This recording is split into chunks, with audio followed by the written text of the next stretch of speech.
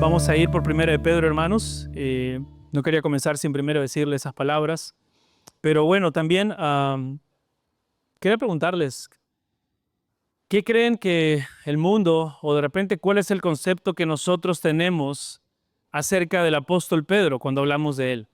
Cuando la gente se refiere a Pedro, ¿por qué se refieren a él? ¿Qué piensa? Porque era un arrebatado, dice, ¿no? ¿No? Era temperamental, ¿no? Opinaba primero siempre, siempre tenía algo que decir, ¿verdad? Algunos dicen que es como que el más humano de los apóstoles, ¿no?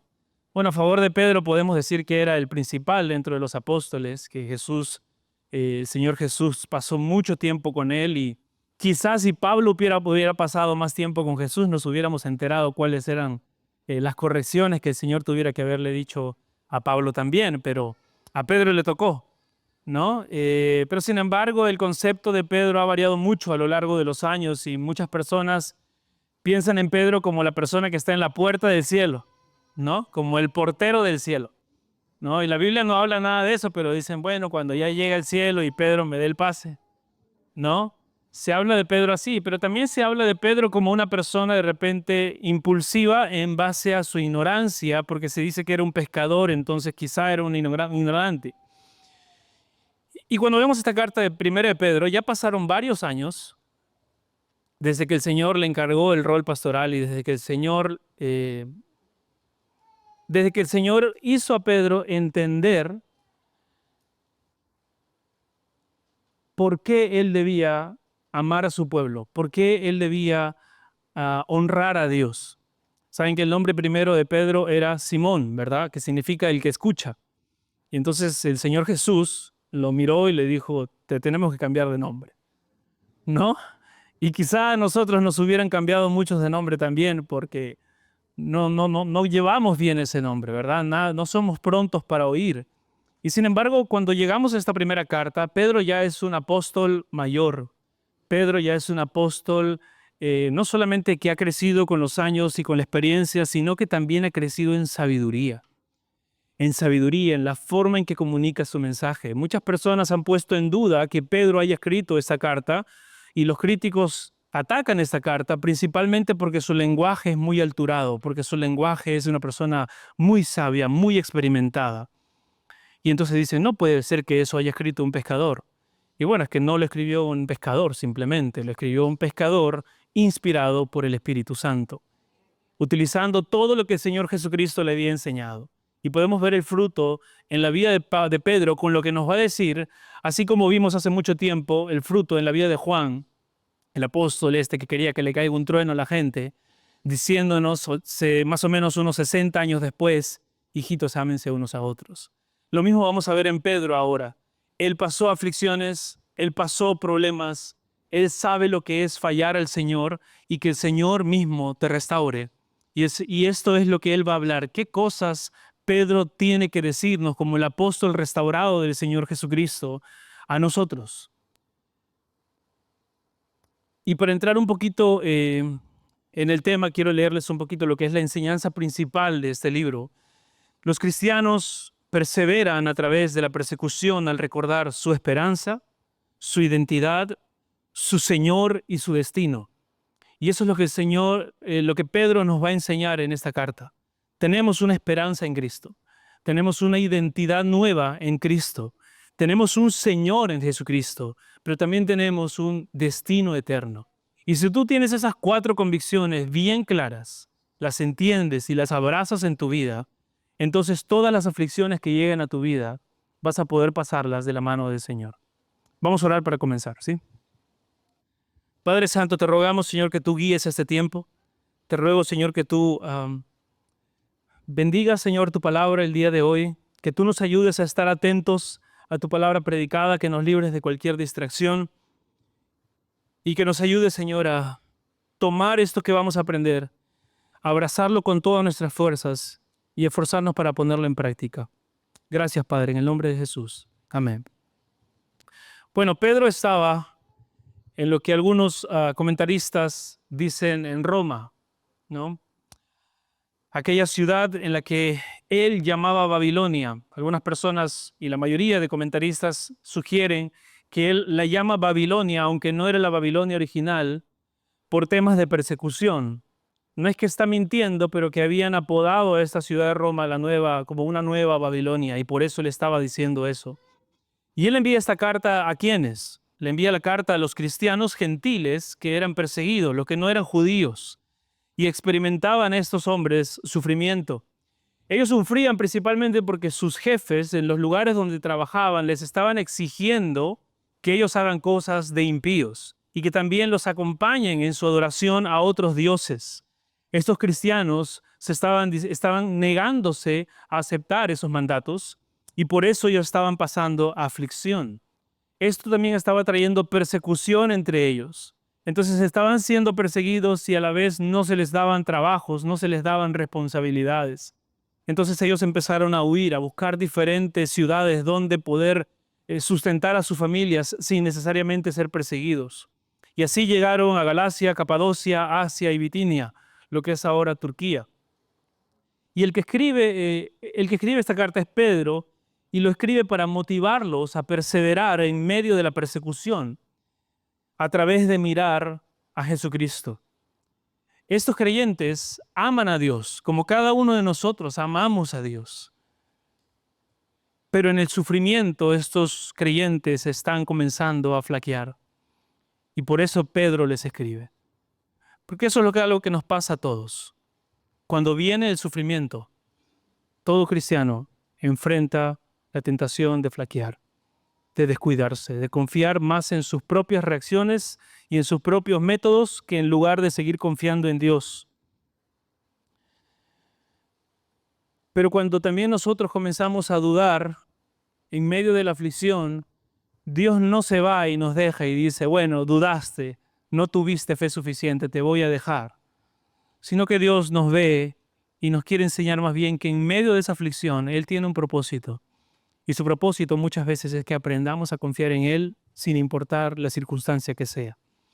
Dios permite el sufrimiento en sus hijos, a veces como parte para perseverar en la fe, a veces para enseñarles que hay consecuencias también de nuestros propios pecados, pero siempre busca algo, que nos acerquemos a Él.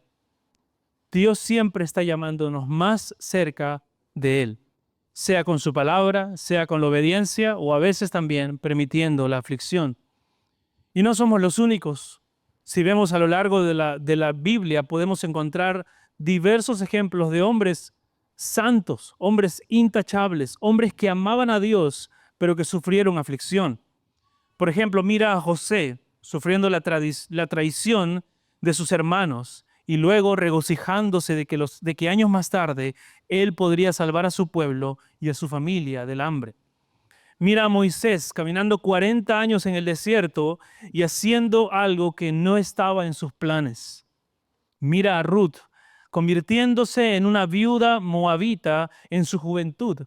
Y súmele a esto que tenía que velar por su suegra que estaba anciana. Mira a David sufriendo también las consecuencias de sus pecados, la vergüenza en su pueblo por haber cometido adulterio, asesinato y haberse rebelado ante Dios. Mira a Jeremías, quien a pesar de ser diligente y dedicado, sufrió la destrucción de Jerusalén y experimentó la aflicción de guiar a un pueblo inconstante que no obedecía a los mandamientos de Dios. Mira a Job, un hombre del que Dios hablaba y decía que este era su siervo, que no hay otro como él en la tierra, que es perfecto y recto, que era temeroso de Dios y apartado de mal. Y mira las aflicciones que él experimenta. Sus posesiones fueron quemadas, completas en menos de una hora. Perdió 10 hijos en cuestión de minutos, 7 hijos y 3 hijas muertas en cuestión de minutos. Una sarna que cubría todo su cuerpo completo, desde la coronilla hasta el meñique, lo afligía. Su esposa, a la que él le pidió ayuda, le dijo, rebélate contra Dios. Y sus únicos 3 amigos lo acusaban de tener pecado oculto y no confesado. Mira a Juan el Bautista decapitado. Mira a Pedro, quien más adelante, después de escribir esa carta, padecería una muerte y tradicionalmente se dice que fue crucificado de cabeza. Mira a Pablo sufriendo naufragios, latigazos, traiciones, desaires entre los hermanos y prisiones para finalmente ser asesinado por los romanos. Mira a los primeros cristianos ser traspasados con palos y luego colgados como antorchas en los caminos de Roma para iluminar las calles.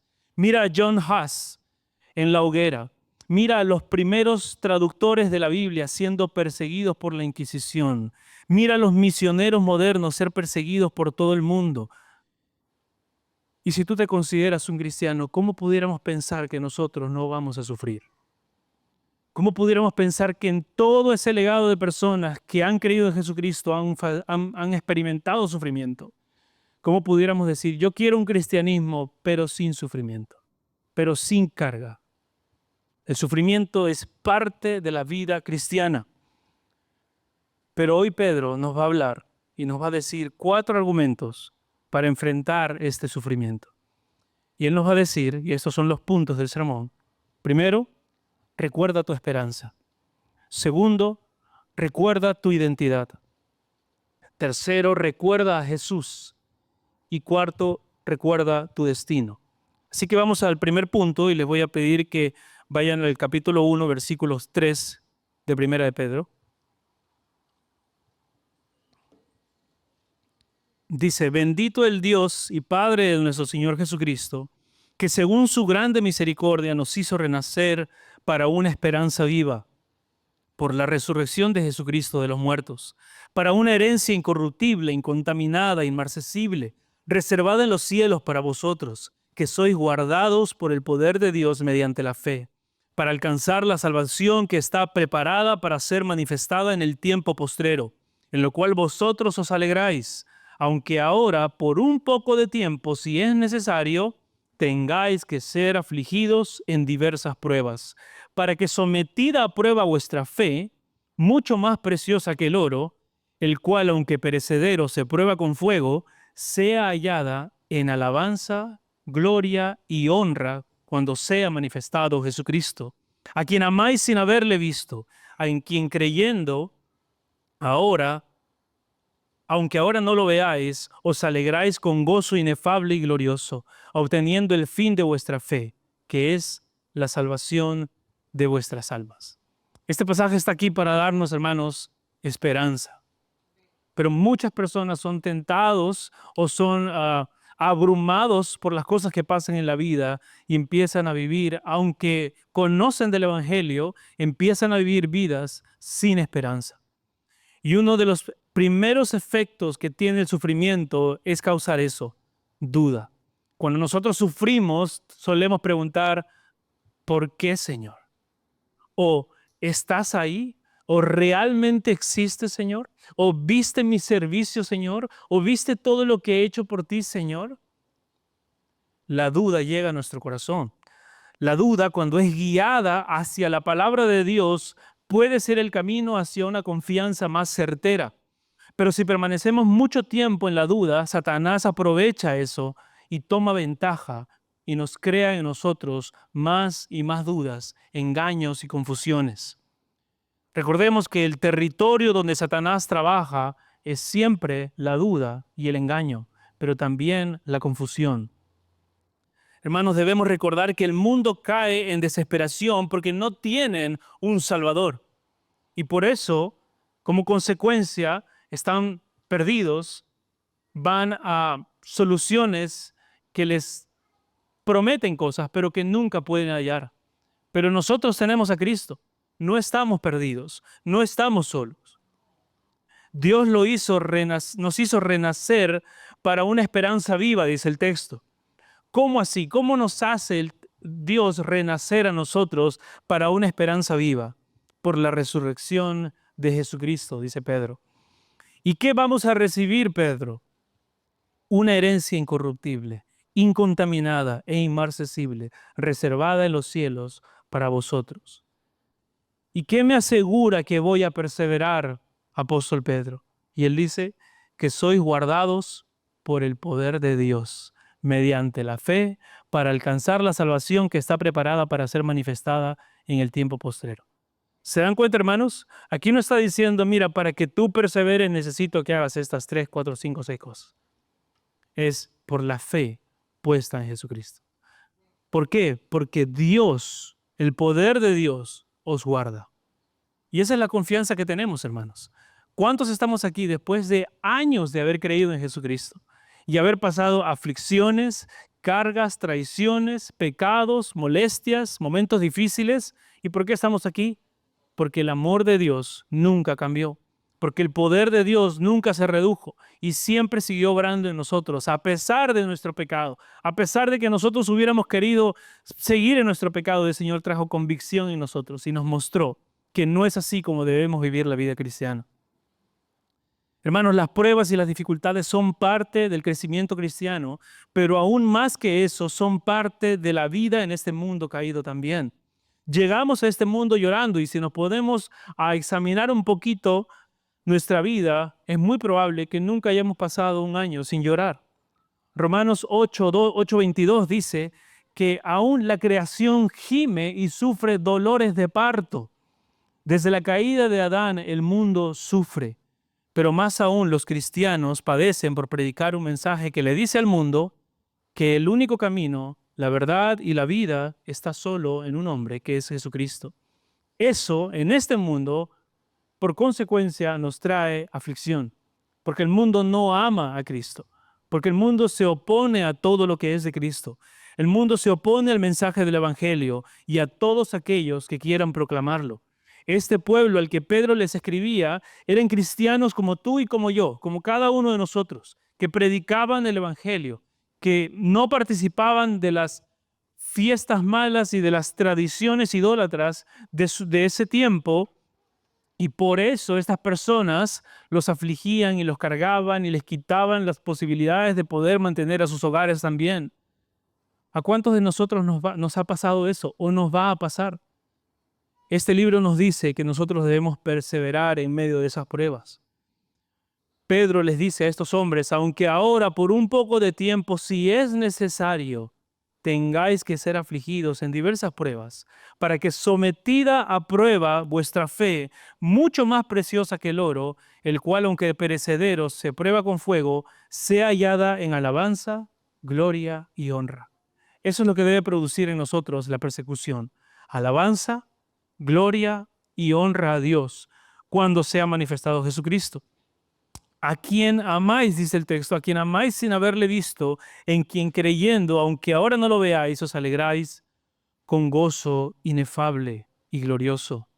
Y esta es una ilustración interesante la que usa Pedro aquí, hablando acerca del oro.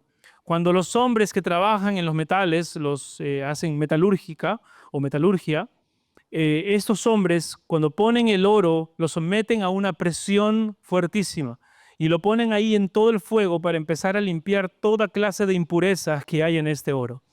Y la única manera cuando ellos reconocen que el oro ha sido completamente purificado es cuando ellos pueden sacar esta pieza de oro y ver el reflejo claro de ellos mismos. Es un espejo de oro lo que les garantiza que este oro ha sido purificado. Y de alguna manera, hermanos, el Señor hace lo mismo con nosotros. Nos somete a presiones, a cargas, a momentos difíciles, porque Él lo que quiere es que seamos un reflejo de su carácter. Él quiere que le reflejemos a Él. Y es lo que dice la palabra del Señor de tapa a tapa. El pueblo de Dios debe representar a su Dios. De la misma manera como dice Efesios 5:1, sed pues imitadores de Dios como hijos amados. En el Antiguo Testamento como en el Nuevo Testamento se le dice a todos, si eres el pueblo de Dios, camina, sé santo, santo, santo, sé un pueblo apartado por ti. Y Pedro le dice también a la iglesia de Cristo, ustedes son linaje escogido, son un pueblo santo y tienen una labor, anunciar las virtudes de aquel que los llamó de tinieblas a luz. Dios quiere que nosotros veamos la prueba a la luz de la esperanza que nosotros tenemos en Él. La esperanza de ser hallados en alabanza, gloria y honra cuando venga Jesucristo. Pedro está diciendo, ¿quieres superar la aflicción de este momento? Piensa en aquel día que el Señor Jesucristo vendrá. Piensa como hemos cantado en esa ciudad de Dios en la cual vas a estar. Si has creído en Jesucristo, si te has arrepentido, si has puesto tu fe en Él. Piensa en ese cántico de santo, santo, santo, en el momento en que estaremos ahí. Y eso te dará una mejor perspectiva para mirar los problemas de la hora. Cuando nosotros como miembros de una iglesia buscamos ser como Cristo, debemos recordar lo que el Señor nos dijo también en Juan capítulo 16, versículo 33. Estas cosas os he hablado para que en mí tengáis paz. En el mundo tendréis aflicción, pero confiad en mí. Yo he vencido al mundo. Hermanos, en el mundo tendréis aflicción, dice el Señor. Eso es garantizado, hermanos. Pero también está garantizado que podemos confiar en el Señor, porque Él ha vencido al mundo. Nuestra esperanza viva entonces es que vivimos este sufrimiento solo por un tiempo aquí en la tierra, hermanos. No hay sufrimiento que vaya a durarnos por la eternidad. Vivimos este sufrimiento también para ser más como Cristo. Y vivimos este sufrimiento porque un día le veremos cara a cara. Todos esos sufrimientos terrenales, hermanos, míralos desde esa perspectiva. No mires tus sufrimientos y te encierres y digas, ¿sabes qué? Yo necesito en ese momento estar solo, sin nadie. Es domingo en la mañana y prefiero no ir a la iglesia porque yo solamente voy a estar solo y acá lo quiero solucionar todo. No, esa es mentira de Satanás. Nosotros debemos estar buscando más del Señor y principalmente, si es un domingo, buscar ayuda con el pueblo de Dios. Para eso estamos. Si no estamos para ayudarnos en medio de nuestros sufrimientos, entonces no tenemos comunión verdadera. Segundo punto, recuerda tu identidad. ¿Quién eres? Esa es una de las preguntas más importantes que nosotros podemos responder. ¿Quién eres? Y es tan importante que el mundo está invirtiendo millones y millones y millones y millones de dólares para decirle y poder definir a una persona y decirle, esto eres. El mundo entiende la importancia de esa pregunta. Y me refiero al mundo, al sistema dominado por Satanás. Ellos entienden el valor de eso. Y por eso desde niños a nuestros niños los quieren confundir y les quieren dar un sentido de identidad diferente. Quieren hacerles que cuestionen todo. Esa pregunta es muy importante. ¿Quién eres? Y bueno, Pedro, en estas dos cartas que escribe, nos da un montón de descripciones de quién eres tú en Cristo. Y de repente, hermano, tú no eres una persona que esté acostumbrada a escuchar que le digan palabras de este calibre. Pero Pedro te va a decir hoy algo que no es para levantarte el ánimo, hermanos. Es para que seas consciente de quién eres en Cristo. No quiero salir de acá y pensar que saliste empoderado por lo que te dijo Pedro, sino que más bien tú reflexiones y digas, wow, ¿eso soy en Cristo? Y mira, esto es lo que dice Pedro de todos los creyentes. Dice que somos renacidos, herederos de una herencia incorruptible, hijos de Dios, hijos obedientes, santificados, rescatados de nuestra vana manera de vivir. Somos piedras vivas, somos linaje escogido, real sacerdocio, nación santa, pueblo adquirido por Dios, receptores de la misericordia de Dios. Somos amados, somos peregrinos, somos siervos de Dios, somos libres en Cristo. Somos ovejas rescatadas, somos bienaventurados, somos justificados, somos salvados, administradores de la multiforme gracia de Dios, miembros de la grey de Dios o del rebaño de Dios. Eso lo dice Pedro, hermanos. Esto no es un mensaje para simplemente decirte, sal de aquí y siéntete bien.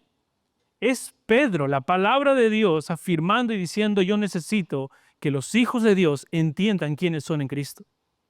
Pero Satanás viene y lo que nos dice más bien cuando nosotros estamos en la aflicción, en las dificultades o en el sufrimiento, Satanás nos dice, tú no has nacido de nuevo. Tu pecado es imperdonable, eres corrupto. Dios no te ha santificado y no eres su hijo. Vive de una manera vana, olvídate de servir a Dios. No eres nación santa. Has pecado tanto que Dios ya te abandonó. Ya no hay misericordia para ti. Dios ya no te ama más. Has pecado tan bajo que es mejor que ya no le sirvas. Eres una oveja perdida y abandonada. Ya no hay bienaventuranzas para ti porque Dios no te ha salvado. Lo más seguro es que ya no eres miembro de la grey ni del rebaño de Dios. Y por eso estás sufriendo. Eso es lo que quiere Satanás que nosotros creamos. Pero ya te dijo hace un momento Pedro, ¿quién eres tú? Y puedes darte cuenta que los sufrimientos que pasas en esta tierra no necesariamente están diciendo que Dios te ha abandonado, sino que Dios permite las aflicciones en nuestras vidas, porque Él quiere que nosotros caminemos más cerca de Él. Cuando Satanás venga a engañarte, en medio del sufrimiento le puedes decir, no voy a blasfemar contra Dios, porque yo soy renacido, heredero de una herencia incorruptible, hijo de Dios, hijo obediente, santificado, rescatado de mi vana manera de vivir. Soy piedra viva en Cristo, linaje escogido, real sacerdocio, nación santa, pueblo adquirido por Dios, receptor de misericordia, amado por Dios, peregrino, siervo de Dios, libre en Cristo, oveja rescatada, bienaventurado, justificado, salvado, administrador de la multiforme gracia de Dios y miembro de la grey del rebaño de Dios. Eso es lo que nosotros somos, hermanos. Cuando la tentación venga de cuestionar el sufrimiento que estás experimentando, recuerda todas esas bendiciones que el Señor te ha dado. Cuando la tentación venga a tu vida, en cualquier forma, recuerda quién eres y que no tienes por qué ceder a las tentaciones que Satanás ofrece. Amén.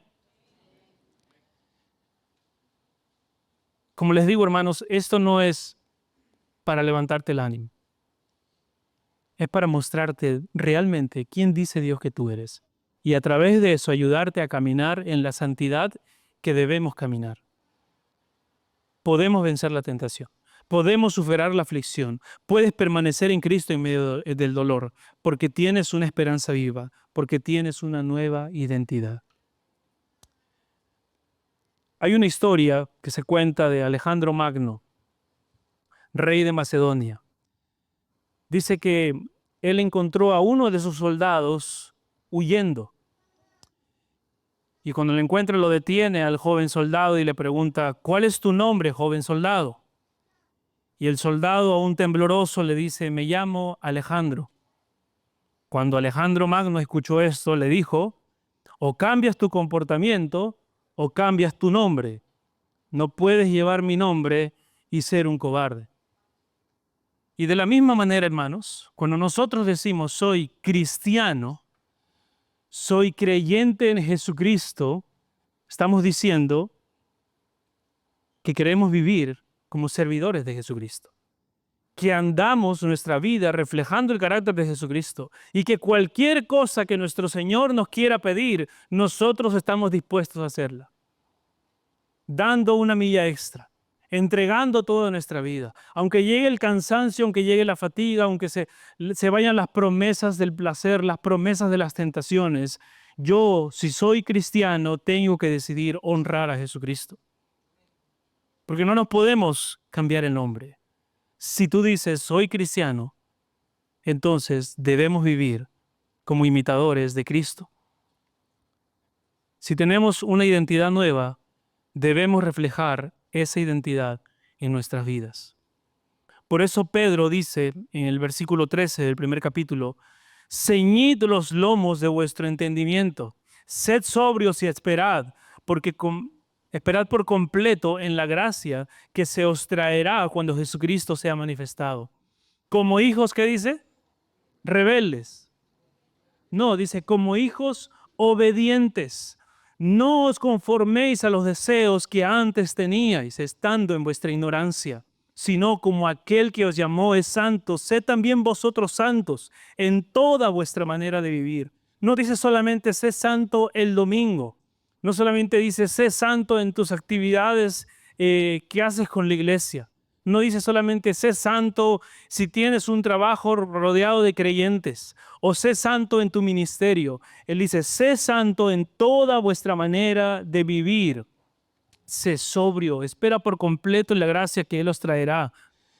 como hijos obedientes, no os conforméis, hermanos, no nos conformemos a los deseos que antes teníamos, a los deseos de nuestra ignorancia. Hermanos, cada domingo en este púlpito, los pastores, los líderes se esfuerzan lo más posible para poder compartir un alimento de buena nutrición bíblica.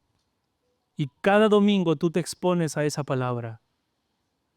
Que Dios nos guarde, hermanos, de estar aprendiendo más y no aplicando.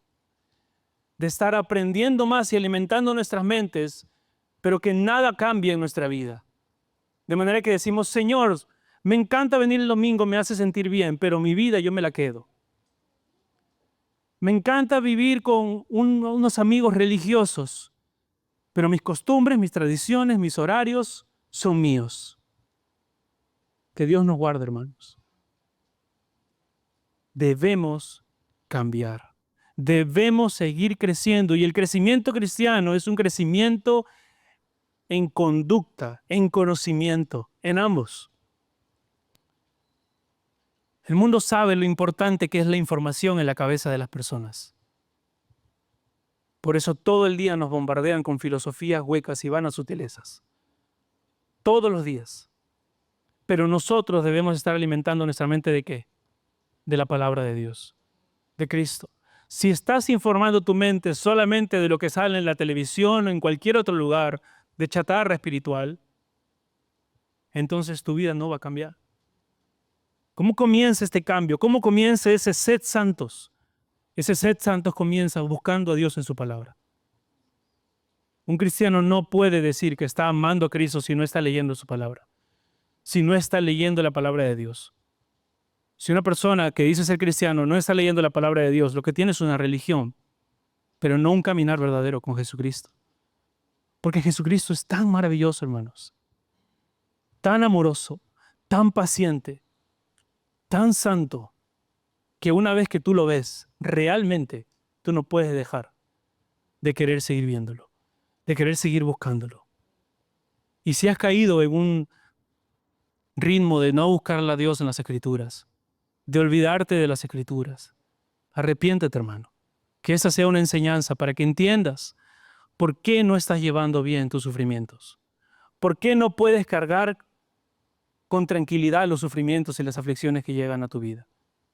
Quizá no te estás agarrando fuerte de la mano de Jesús, pero Él la tiene extendida para ti y para cada uno de nosotros. El capítulo 2 dice, desechando pues toda malicia, todo engaño, hipocresía, envidias y todas las detracciones, desead como niños recién nacidos la leche espiritual, no adulterada, para que por ella crezcáis para salvación, si es que habéis gustado la benignidad del Señor. ¿Se dan cuenta?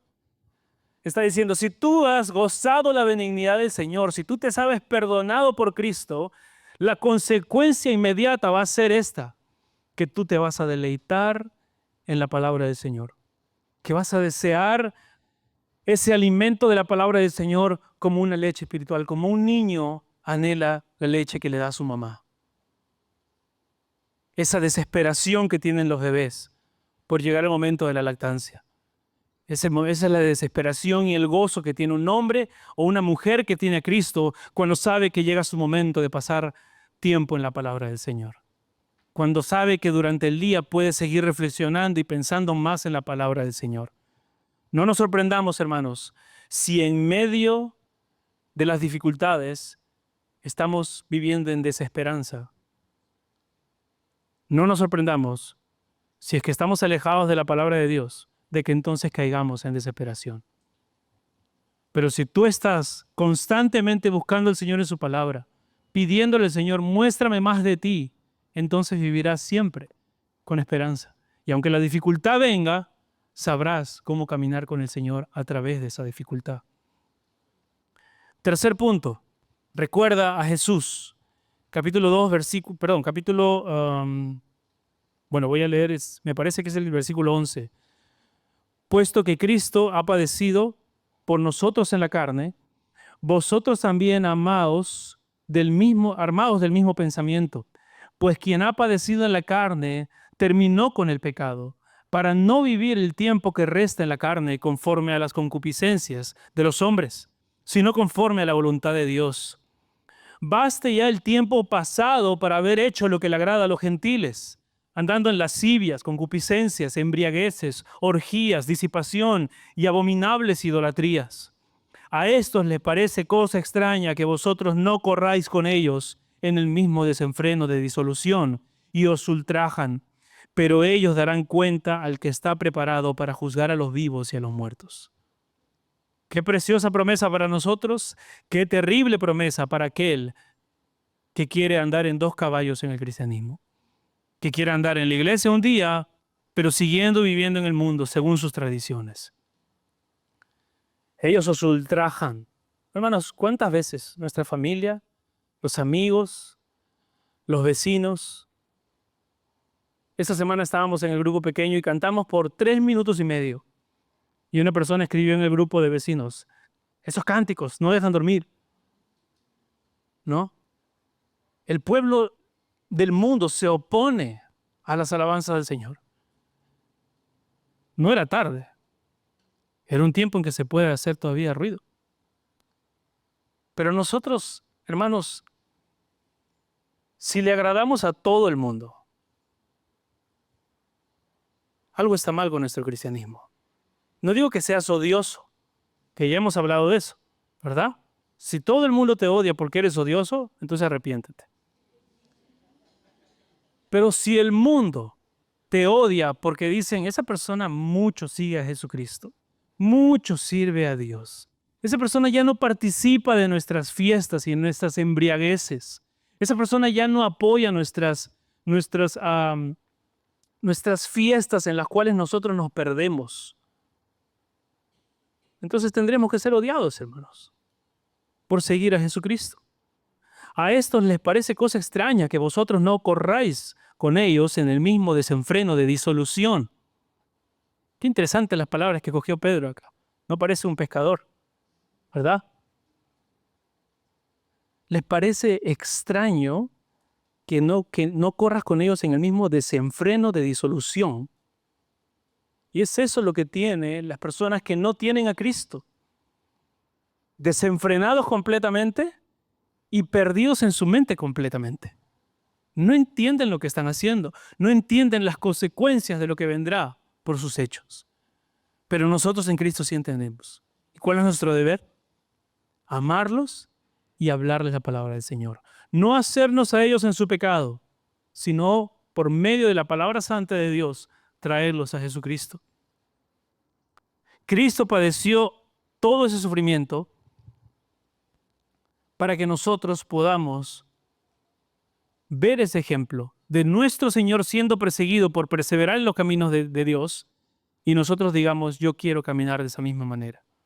Aun cuando tus amigos te digan santurrón, religioso, te lavaron el cerebro, tú dices, yo sigo a Cristo, no sigo a hombre. Tú debes perseverar y cuando te ataquen, orar por ellos y saber que Dios es el que hace justicia. Tú debes perseverar y no hacer caso a las invitaciones que ellos tienen a pecar. Cristo terminó con el pecado para no vivir el tiempo que resta en la carne conforme a las concupiscencias de los hombres, sino conforme a ¿qué? A la voluntad de Dios. Y ese es nuestro deber como cristianos, hermanos. Recordar primero nosotros la esperanza que tenemos en Cristo, de manera que podamos comunicar a otras personas también esa esperanza. Y a veces como creyentes hemos fallado porque no tenemos nuestra esperanza en Cristo y entonces vamos al mundo a pedir que nos ayuden a pasar las tristezas de este mundo. Y el mundo dice, mira, tienen a Cristo, pero su Cristo no les ayuda para nada. O a veces decimos que estamos en Cristo, pero andamos en una vida de depresión, en la que no estamos mostrando que encontramos gozo en Jesucristo. Y es parte, hermanos, la vida acarrea tristezas. La vida acarrea periodos específicos de luto, de dolor. Nuestro Señor Jesucristo mismo lloró y eso no significó que no encontró el gozo en Cristo. Pero cuando eso se convierte en un patrón en nuestra vida, un patrón de duda en el Señor, un patrón de no confío en Dios y un patrón de que encuentro más placer en mi compasión personal o en la autocompasión que en saberme acompañado del Señor Jesucristo?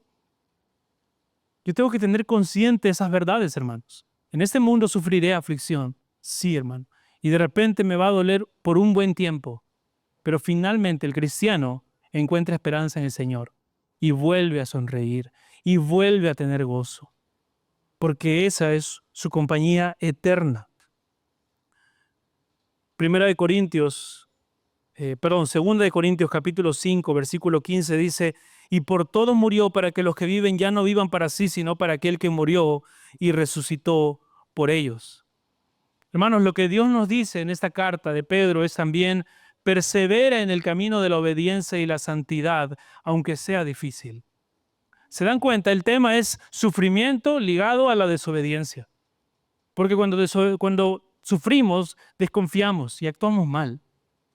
Pero Él nos está diciendo, estás sufriendo, asegúrate de seguir confiando, de seguir siendo obediente y de seguir en la santidad. El llamado de Pedro en esta carta es persevera. ¿Eres tentado? Jesucristo fue tentado y salió victorioso. ¿Se burlan de ti? También se burlaron de Jesucristo y Él perseveró. ¿Te han traicionado? Jesucristo fue traicionado y aún así siguió amando siempre. ¿Te atacan? Jesús también fue atacado y aún crucificado. ¿Te abandonaron? Jesús fue abandonado y en una cruz. ¿Y te sientes solo? Jesús también estuvo solo y estuvo en una cruz. Nuestro Señor Jesús entiende cada una de nuestras aflicciones. Podemos encontrar consuelo en Él. Podemos encontrar fortaleza en Él. Él te entiende y Él está contigo. Y Él te dice, persevera en la aflicción. Persevera en el momento difícil. Y cuarto punto para terminar, hermanos. Recuerda tu destino. Todo este mundo, hermanos, incluso el dolor que nosotros experimentamos, es pasajero. Todo es pasajero. El sufrimiento y la persecución también son pasajeros. Un día el cielo se abrirá y veremos a nuestro Señor vestido de lino fino, llegar a la tierra con sus ejércitos celestiales. Él nos llamará y su presencia y Él nos llamará a su presencia y toda persecución y aflicción terminará.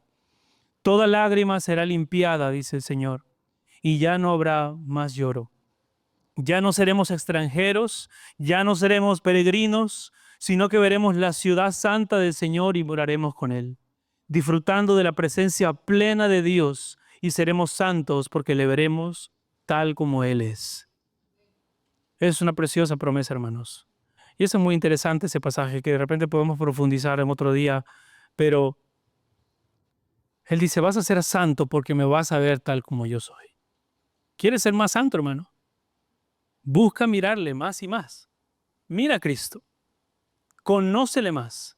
No se puede conocer más a Cristo en relación personal y no caminar en santidad. Eso es incoherencia. No sucede. Tú puedes conocer intelectualmente más de Jesucristo y luego caminar en tu mundo, eso sí. Pero vivir la intimidad con el Señor Jesucristo y luego salir a pisotear a la gente y hablar mal a otras personas, no se puede. Por la belleza de Cristo, no por tu capacidad, no por nuestra capacidad. Todas aquellas personas que vieron el rostro de Dios fueron transformadas. Todas las personas que miren ahora a través de la palabra el rostro de Jesucristo, que busquen cada día más a Jesucristo, van a ser transformados inevitablemente por el poder de la palabra del Señor, por quien es nuestro Señor Jesucristo.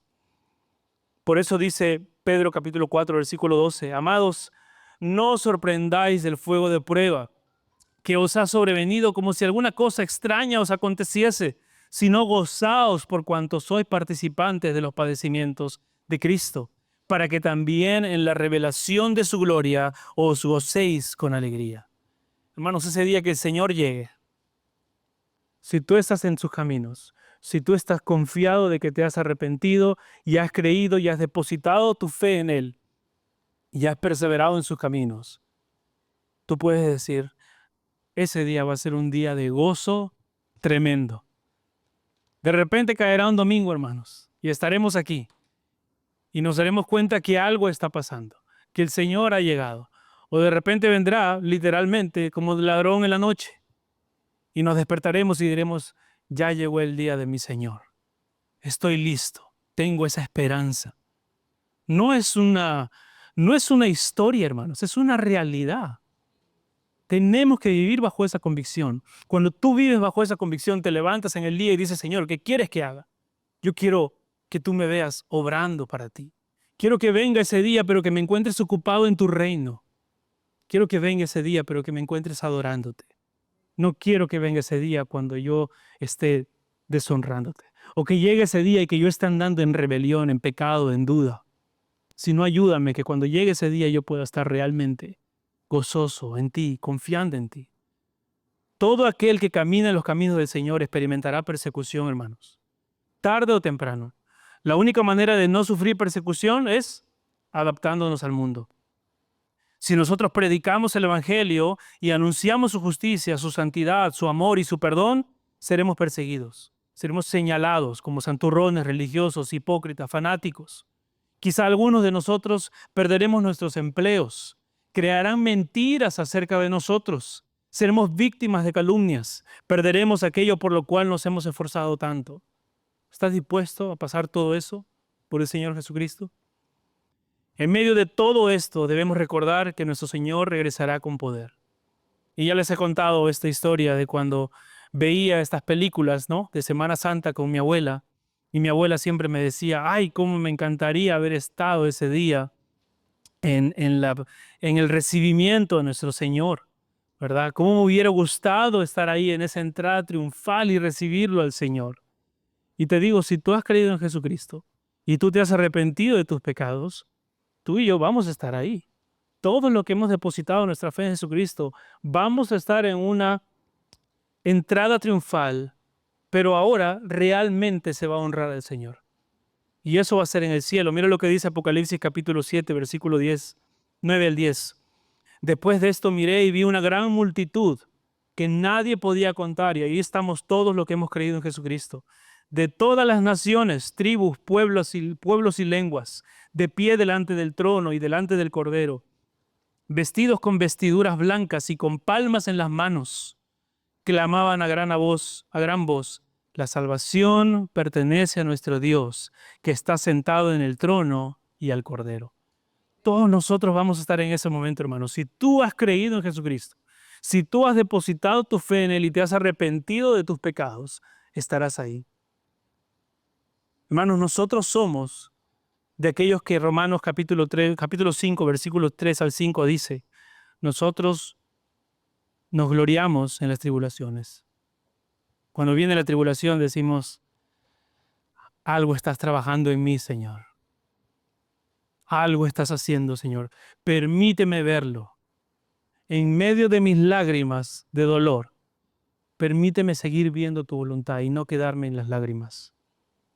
Sabiendo que la tribulación produce paciencia, y la paciencia prueba, y la prueba esperanza. Y en esta esperanza no hay vergüenza, porque el amor de Dios ha sido derramado en nuestros corazones por el Espíritu Santo que nos ha sido dado. Pero si tú estás aquí, de repente es la primera vez que vienes o has escuchado varias veces este mensaje y aún no has obedecido el mandato del Señor de arrepentirte de tus pecados y de poner tu fe en Él, no permitas que pase un día más rechazando a Jesucristo. No permitas vivir un día más en tu vida rechazando el Evangelio del Señor Jesucristo. ¿Qué se puede comparar con la belleza del Señor? ¿Qué se puede comparar con la belleza, el amor, la pureza, la santidad de Cristo? ¿Las fornicaciones que este mundo ofrece? ¿Las borracheras que este mundo ofrece? ¿Las corrupciones y los dineros que este mundo ofrece? Nada se puede comparar a la belleza de Cristo. No postergues ese arrepentimiento pensando que tienes tu vida en tus manos. No digas, Señor, mira, que pasen más tiempo y realmente me voy a acercar a ti cuando ya quiera sentar cabeza. Cuando ya quiera entregar realmente mi vida a la religión. No, no te estamos invitando a una religión. Dios ha mandado que nos arrepintamos. Dios ha mandado que creamos en Él. Y con Él tenemos dos opciones simplemente. O obedecemos su mandamiento o nos seguimos rebelando contra él. Obedece el mandamiento del Señor. Arrepiéntete de todo corazón y verás la gracia, el gozo, la plenitud que es vivir en Cristo. El gozo que es vivir diciendo no al pecado porque tengo a Cristo. El gozo que es decir, sí, estoy pasando aflicción, pero tengo a Cristo. Arrepiéntete de tus pecados y cree en el Señor Jesucristo. Quiero terminar con esto. Apocalipsis capítulo 19, versículo 11 dice, y vi el cielo abierto y apareció un caballo blanco. El que lo montaba se llamaba Fiel y Verdadero.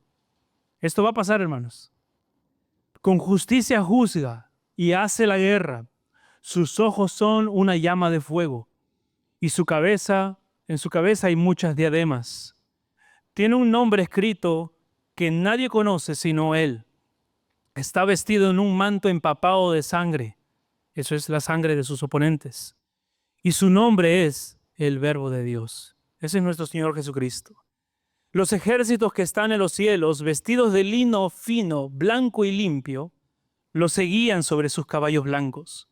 De su boca sale una espada afilada para herir con ellas a las naciones, el juicio de la palabra de Dios, y la regirá con vara de hierro, con firmeza.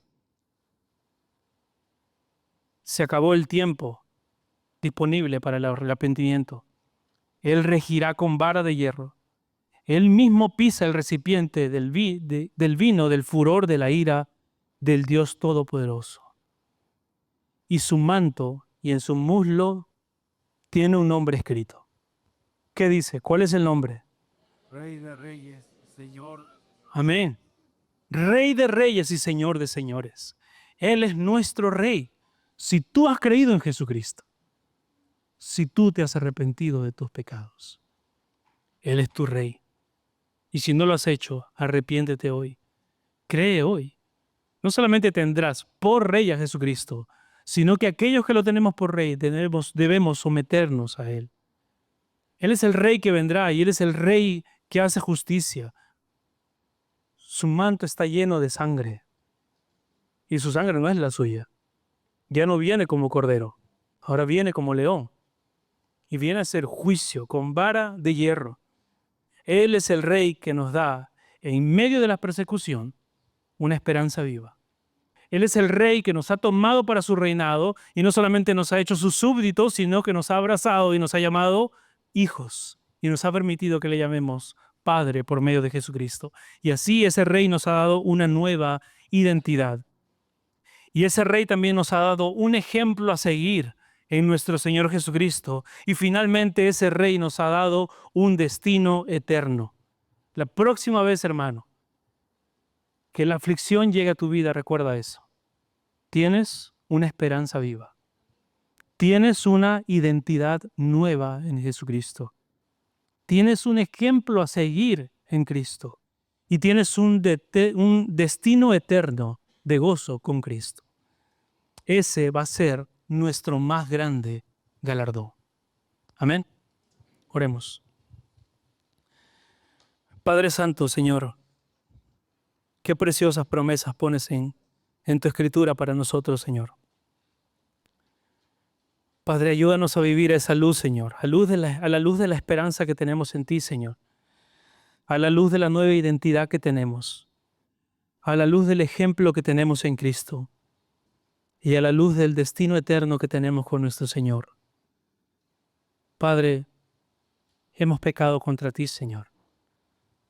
Nos hemos olvidado de estas cosas. Hemos dicho sí al pecado, hemos dicho sí a nuestra carne, hemos dicho sí a nuestras preferencias, hemos dicho sí a no priorizarte, a no ponerte primero, a tenerte como un accesorio y no realmente verte como lo que eres, nuestro Rey. Perdónanos, Señor, nuestros pecados. Y ayúdanos, Señor, a exaltarte, a vivir realmente para ti. Ayúdanos también, Señor, a tener paciencia unos con otros, mientras que vemos a nuestros hermanos crecer, Señor. Que no nos miremos y no nos ataquemos y juzguemos unos a otros, sino que nos animemos unos a otros a seguir buscando de tus caminos Y si eso significa exhortarnos o amonestarnos con firmeza en algunas ocasiones también, Padre, danos la valentía y el amor suficiente para hacerlo. Primero con nosotros mismos y después también con nuestros hermanos. Porque esto no se trata de nosotros, no se trata de nuestra comodidad, se trata de tu reino, de tu gloria, de tu santidad. Ayúdanos, Señor, a seguir buscándote más en tu palabra, Señor, que es nuestra fuente primaria de alimento espiritual. Y que esa palabra, Señor, transforme completamente nuestras vidas. Que seamos santos, Señor, en toda nuestra manera de vivir, Señor. Que seamos imitadores de Dios como pueblo santo. Oh Padre, ten misericordia de nosotros. Ten gracia con nosotros y ayúdanos a caminar de esos caminos. Danos el gozo de vernos en tus caminos de obediencia y saber que esperamos tu regreso, Señor. El regreso de nuestro Rey maravilloso, de nuestro Rey incomparable, nuestro Señor Jesucristo. Gracias, Padre. En el nombre de Jesús oramos. Amén.